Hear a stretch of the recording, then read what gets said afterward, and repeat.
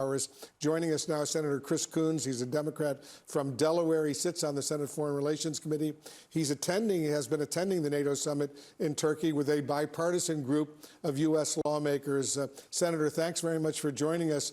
So you heard President Trump declare that the ceasefire with Iran is, at his word, over, before renewing threats to target critical civilian infrastructure inside Iran. So where do we go from here? That's a great question, Wolf, and frankly, our president owes us a great answer. From the beginning of this war of choice against Iran, President Trump and Secretary Hegseth have offered a wide variety of different and competing goals for this war with Iran. Is it sinking their Navy? Is it ending their ballistic missile program? Is it ending their support for proxies like Hamas and Hezbollah? Is it making sure they never have a nuclear weapon? Is it seizing their oil production? At different times, he's had several different goals. And my concern from the beginning has been he didn't consult the American people or Congress or our allies. He just went charging in. And this war has been very costly, tens of billions of dollars, more than a dozen American service members killed and hundreds wounded. And it's not clear whether we've achieved a core goal, which is making the region and our nation more safe against Iran. The MOU, the Memorandum of Understanding that President Trump signed recently, doesn't address proxies, doesn't address Iran's support for the region. And the biggest problem that this war has made clear is that the mullahs, a more extreme, more militant group of mullahs who now control Iran, have the ability to shut the Strait of Hormuz using mines and drones.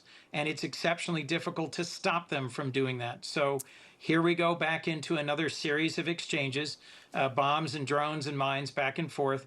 And my hunch is we will soon see the prices of oil and gas and fertilizer go back up if the strait is closed again as we go back into active fighting tonight and tomorrow, as President Trump just said.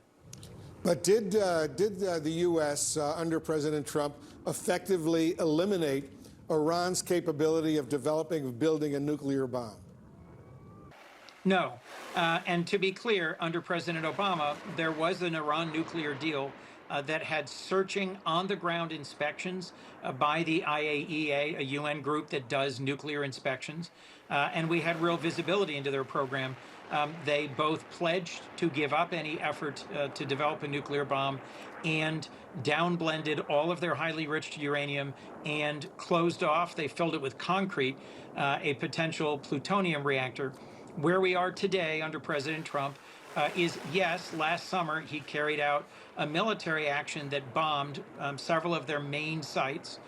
They were not close to having a usable, deliverable nuclear weapon at that point, and they are certainly farther away now. But we don't have a clear, detailed understanding of the status of their centrifuges, the status of that highly enriched uranium, or a clear path towards resolving it, other than going back to the negotiating table with Iran. So I don't think we're significantly safer today with regards to their nuclear program. And the other goal that President Trump initially announced for this war with Iran, remember he said to the thousands of protesters rising up against the Iranian government, help is on the way. There's been no talk about any efforts at regime change under this MOU. I want to get your reaction to what President Trump said just a little while ago, that the U.S. is considering attacking various targets inside Kharg Island, which is the major oil reservoir of Iran. But he said specifically the U.S. will not hit oil targets on Kharg Island because potentially the U.S. may eventually wind up taking over Kharg Island and all of that oil. What's your reaction to that? That doesn't make a ton of sense, Wolf. Kharg Island is essentially a terminal. It's offshore. It's an island. It doesn't have huge reservoirs of oil, but it does have critical pipelines that connect back to the mainland where the oil reserves are and allows tankers to pull up to the island and to be filled up. We've already, under President Trump, struck Kharg Island several times, and he previously said weeks and weeks ago now, the same sort of thing. It would be very hard for the United States to take control of Kharg Island without putting at risk losing hundreds of troops because it's all the way up in the northwestern corner of the Persian Gulf, close to Iran, and we would have to engage in very heavy campaigning and put a lot of lives at risk in order to seize Kharg Island. And an Iranian spokesperson reacting to what the president just said, said this on X. Come, we are waiting for you, and we promise that not a single American soldier will return alive. They don't seem to be intimidated by what the president is saying, do they? No, and that's one of our real challenges. Look, let me be clear. Iran is a dangerous, radical regime. They're one of the biggest supporters of terrorism in the world. They've funded and trained and equipped extremist groups throughout the Middle East. But it's not clear to me that this war that we went into only with our ally Israel, not with any of our other NATO allies who are all represented here at this NATO summit. It's not clear to me that this has made us any safer so far, and it has raised prices. Look, in general, what I hear from Delawareans is concerns about the cost of housing and healthcare, gas and groceries. President Trump may dismiss this concern about affordability as a hoax, as he just did in his press conference, but it is what I hear people concerned about. President Trump just said that we have the greatest economy ever. Well, if you survey the average American, they're having a hard time making ends meet. There is good news out of this summit, though, Wolf. I don't just want to be negative. I do think that there's been real progress towards our NATO allies, dramatically increasing their spending on our collective security. More than $250 billion more invested in our collective security by our European NATO allies and Canada.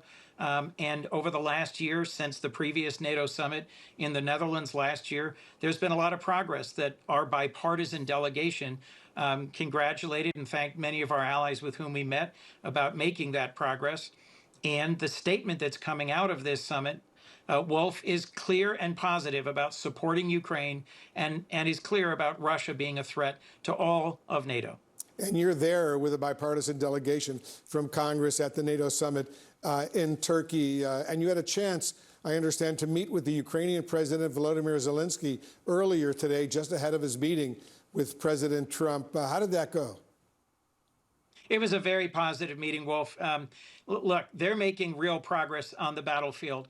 They are striking deeper and deeper into Russia. What we haven't accomplished as a country with sanctions, they're now accomplishing with missiles. They're blowing up oil refineries. The people of Moscow and St. Petersburg are waiting in line for gas at the gas pump that's hours long, and it's beginning to sap support for this war from the Russian people. They're also imposing huge costs on the battlefield. 35,000 Russian troops are being killed or severely wounded every month. And all of this is because Ukraine has developed the world's best drones and counter-drone technology. They've really changed the shape of the battlefield for the future. And I have been urging the Trump administration and Pentagon to invest more in our partnership so that our military can learn the lessons of this war in Ukraine and so that our country can benefit from their technologies to defend everything from civilian infrastructure like football stadiums and water systems to our military bases and embassies in the Middle East and in our home country. I'm hopeful that they'll make progress on that this year. It has strong bipartisan support. Let's see what happens. Senator Chris Coons of Delaware, thanks as usual for joining us. Appreciate it very much.